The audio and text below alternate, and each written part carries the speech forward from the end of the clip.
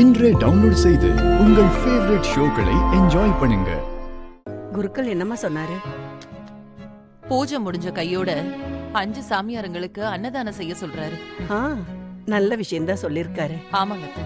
அவங்களுக்கு சாப்பாட்டுல எந்த ஒரு குறையும் இல்லாம அவங்க நல்லா வாழ்த்திட்டு போற மாதிரி பாத்துக்கங்க, சபிச்சிட்டு போற மாதிரி எதுவும் நடந்துக்காம பாத்துக்காங்கன்னு சொன்னாரு.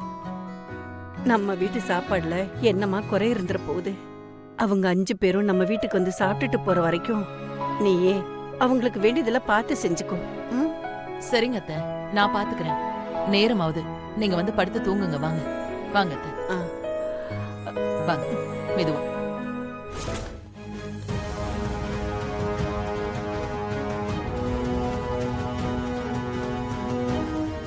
உங்க குடும்பம் நல்லா இருக்கணும்னு தானே அந்த பூஜையை பண்ண போறீங்க. அந்த பூஜையவே நான் நாசம் பண்றேன்.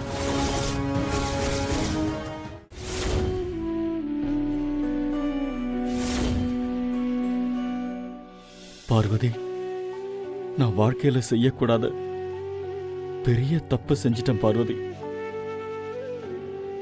உனக்கு நான் துரோகம் செஞ்சிருக்கவே கூடாது. அந்த பாவம்தான் இன்னைக்கு எங்க வீட்டுல ஒருத்தர் மாத்தி ஒருத்தருக்கு தொடர்ந்து ஏதாவது ஒரு பிரச்சனையை கொடுத்துக்கிட்டே இருக்கு. உன்னை நான் கெஞ்சி கேட்கிறேன், உனக்கு நடந்த அநியாயத்துக்கு நீ பழி வாங்கணும்னு நினைச்சன்னா எனக்கு என்ன தண்டனை வேணும்னாலும் கொடு. ஆனா இந்த குடும்பத்துல இருக்கிற வேற யாருக்கும் எந்த பாதிப்பும் தயவு செஞ்சு கொடுத்துறாத.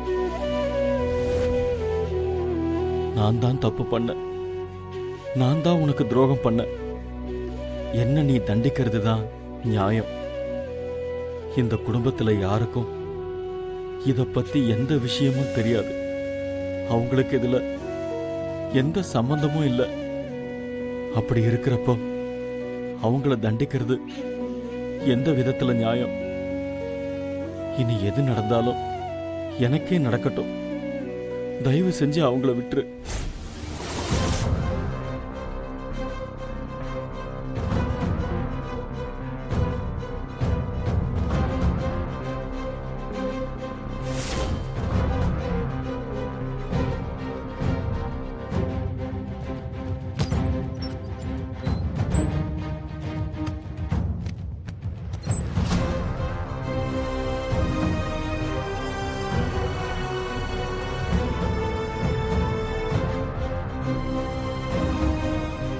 ஆமா, ரூமுக்குள்ள யாருமே இல்ல.